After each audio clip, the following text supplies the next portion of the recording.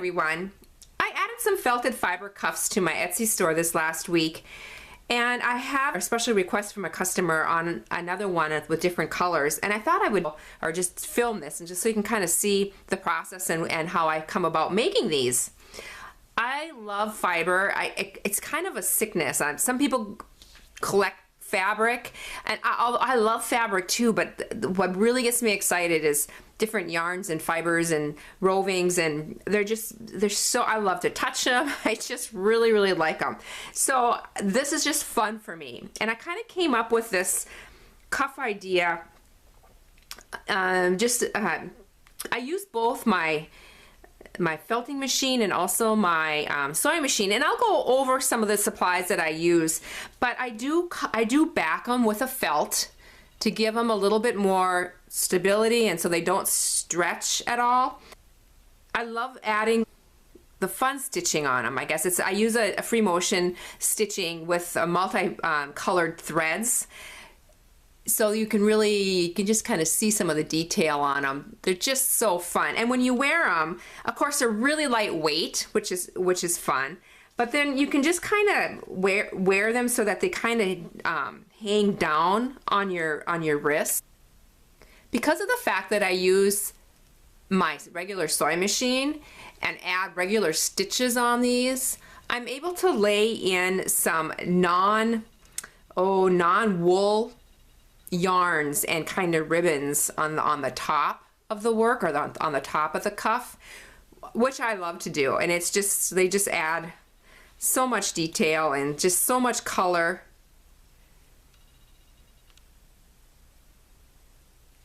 So I'll be back with the supplies and get started on creating the next one.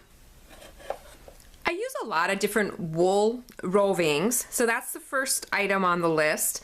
Different colors. I keep them in this old Coca-Cola crate. It just works really well for me, and then it really looks great in my sewing room too, which is fun.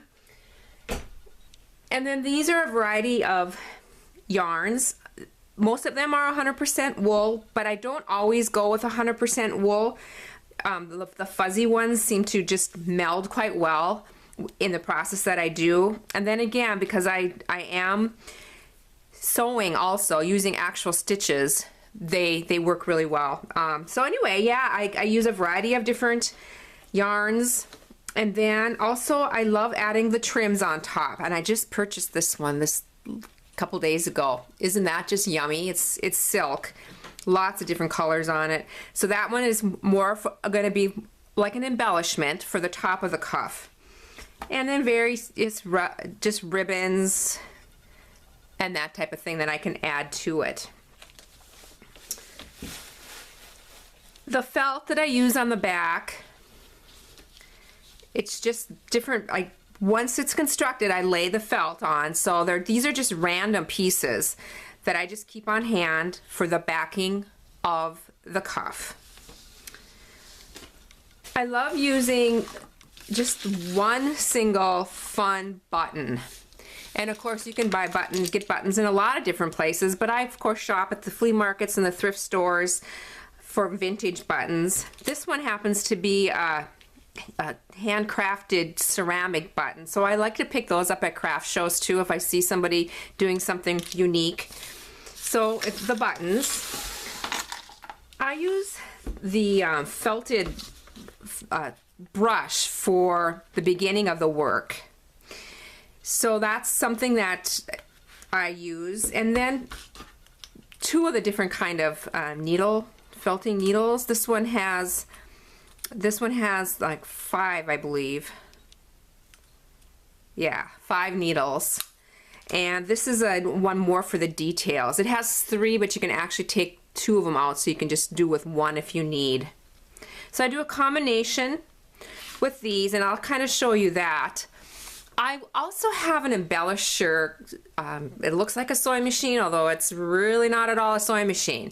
And I'm going to set my camera up and just kind of show you what that looks like. I kind of debated about whether I even wanted to show show you this little machine, but this is real life here, so I'm just going to share it with you. I purchased this several years ago at a sewing expo, and I bought the floor model. And after using it for a very short time, this entire front panel just fell off. And it kind of had like a crease in it, like it had been folded or something. And so no matter what I tried to glue it with, I tried so many adhesives and, you know, smelly glues, and nothing seemed to work. It kept falling off. And so finally it just went in I just threw it away. I got really frustrated with it. But this is a Baby Lock Embellisher. And it has no thread, it has no top thread, it has no bobbin. It's just basically the 7 little really sharp needles that go up and down and meld the fibers together. Really, really fun to use. It has it does have a finger guard, so it's very safe. It goes very quickly. And I'll show you the process, and I'll actually show you when I'm working, what it looks like when I'm working with it. But this is what it looks like. Now you don't need to get one of these. You can do this whole cuff with just the felted fiber brush. But this kind of speeds the process up, and this is for dry felting. It speeds up and it's fun, and I really enjoy it, and you know, this is kind of my business, so I thought I'm just going to invest in this. They're not super expensive. I think this one was around $300, so you can kind of get an idea. But yeah, super fun, and I'll show you what it looks like when I'm actually at the sewing machine and actually working. The colors that were requested for this cuff was grays, yellows, and greens. So I kind of pulling some things together. This was all I had left of my gray roving. So I did find a yarn with quite a bit of gray in it. And notice it has it's kind of wrapped with a thread. And so what I'm going to be doing is pulling this apart and just kind of getting to the roving somewhat with this. And then I love the mustard, so I thought I would try to throw some of that in. And then the two different shades of the green roving. How I start my bracelets is I just kind of lay things down. These are all roughly about 9 to 10 inches in length, maybe 11 inches. One thing nice about the button is you can move it in and out, and so I'm not too particular about the length of these. So I'm going to be doing this. I'm just going to be laying things out. I'm going to be pulling this one apart, and I'm going to continue to work. On one end of this, I'm going to form the button loop, and I'm going to just kind of give you an idea. Notice how this one just has a button loop right in with the felted. And then some of them I actually do more of a loop. And so we'll see. I kind of let them do its own thing and kind of form the way they're going to form, and just kind of play around with it. And I'll probably speed this up, and so you can kind of see my process and see how I'm kind of thinking through this.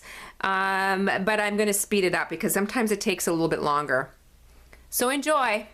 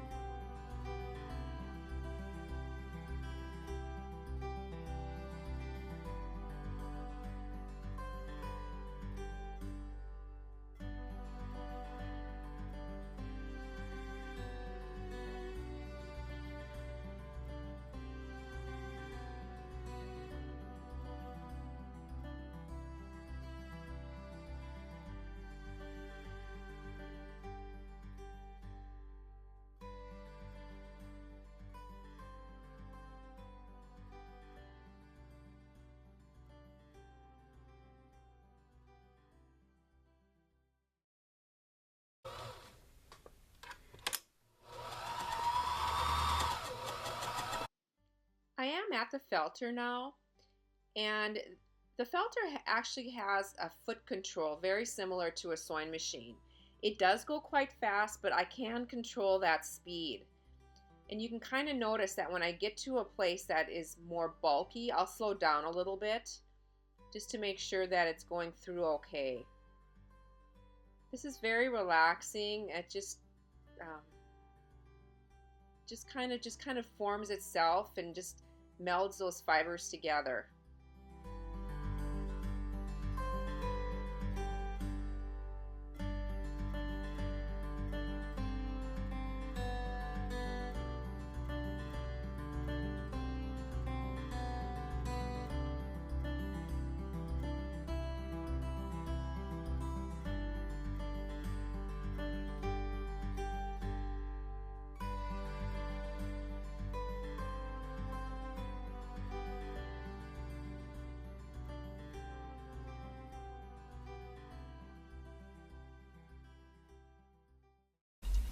After I get done with the machine felting, it's much more together and sturdy, and a lot of the interesting little bits and pieces kind of pop out.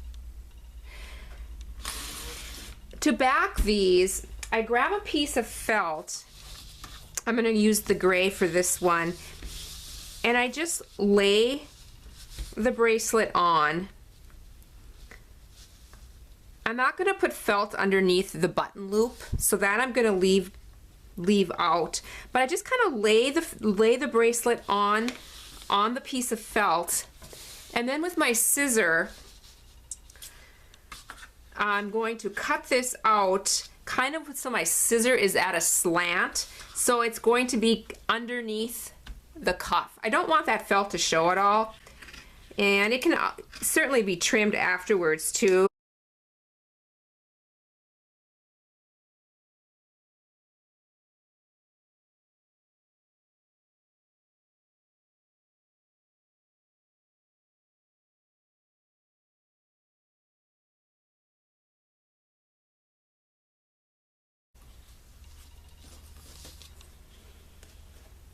Trimming this up just a little bit.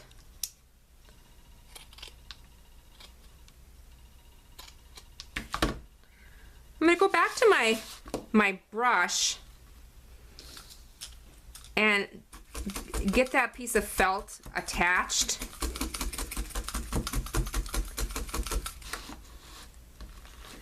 And you can see on the back side the rovings and the fibers will start to push through the felt.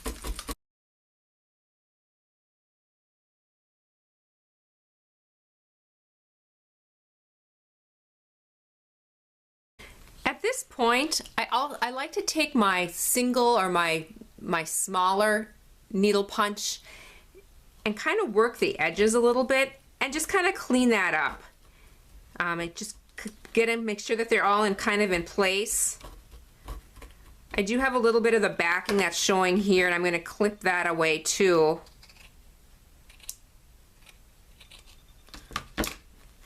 And just kind of working these sides in a little bit. These are also so fun to add beads to, and so like you can put like a cluster of beads in certain areas. Do all sorts of different kind of embellishments.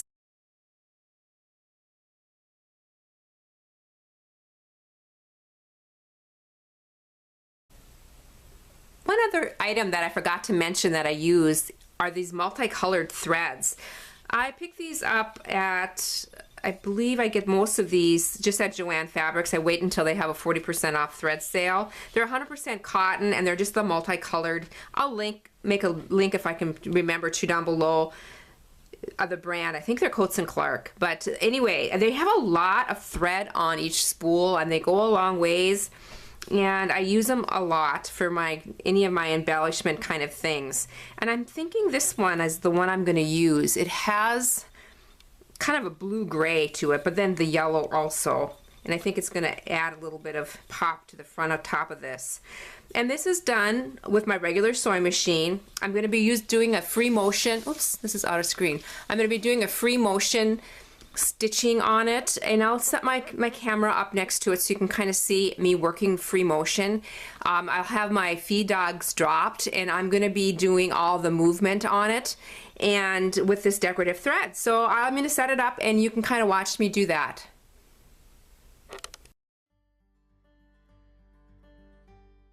I do have the embroidery foot on my machine, and right here I'm clipping my thread with a really big scissor. I couldn't find my little clippers, but I'm just kind of going in circles, and I really like to add a lot of different swirls and spirals and interesting stitching patterns when I do this. And again, there's a lot of bulk on this, so I'm kind of slowing up and being a little bit careful in some of these really bulky areas. Right now I'm at the buttonhole loop, and I am going to be going around this loop a couple different times with my stitches just to keep that together a little bit. And there I went and I cut the thread.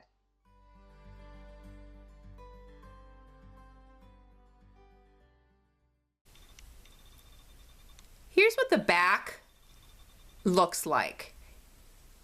You can see all the little stitches, and also you can see the wool kind of poking through some of the roving and some of the yarns poking through the back.